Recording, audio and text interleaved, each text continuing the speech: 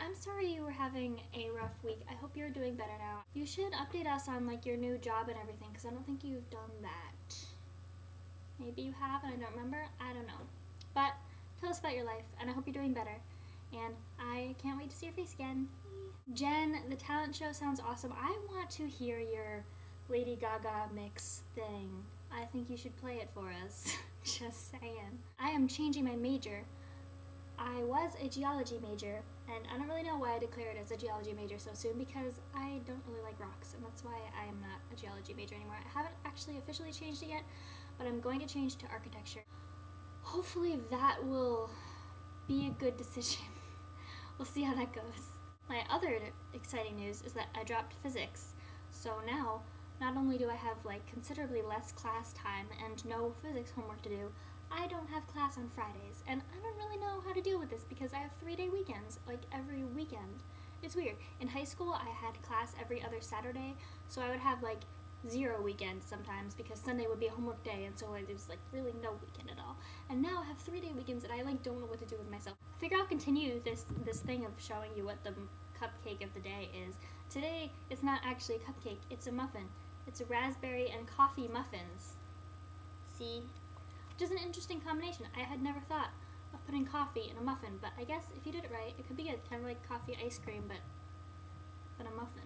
So lately, I have been on kind of this reading, what's the word? I don't even know what the word is. I've been reading a bunch of childhood books that I loved. I brought a whole bunch of them back to school with me when I went home the other day, and I'm just reading them. I just finished Walk Two Moons by Sharon Creech, which actually, it's interesting because I loved that book when I was little, but I think I must have only read it like once or twice because I didn't really remember the story at all. So reading it just now was kind of like reading it for the first time, which was really interesting for a book like that. That was one of my favorites when I was little. But last night I just started The Westing Game, which is like one of my favorites ever. I adore that book so much, and I'm so excited to be reading it, and I would much rather do that than my homework, so it's kind of a problem.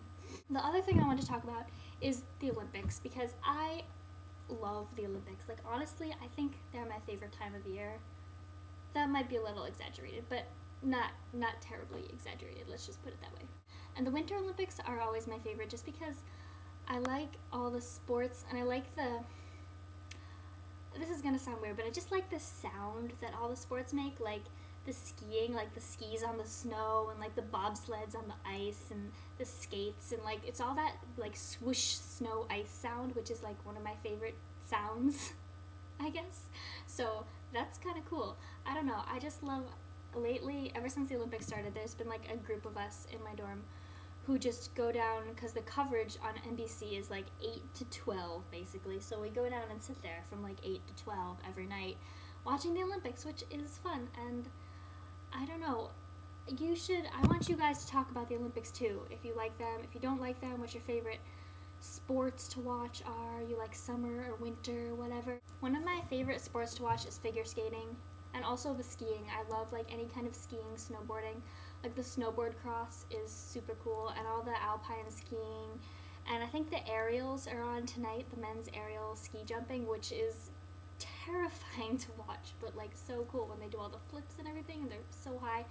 I mean probably everybody does. I used to have a fantasy of being like a ski jumper or being a figure skater or whatever. I love the Summer Olympics too, but I love watching the track and the running and the horses, the equestrian stuff, but they never show that like at any normal time. It's always like 5 in the morning because apparently not many other people like to watch the horses.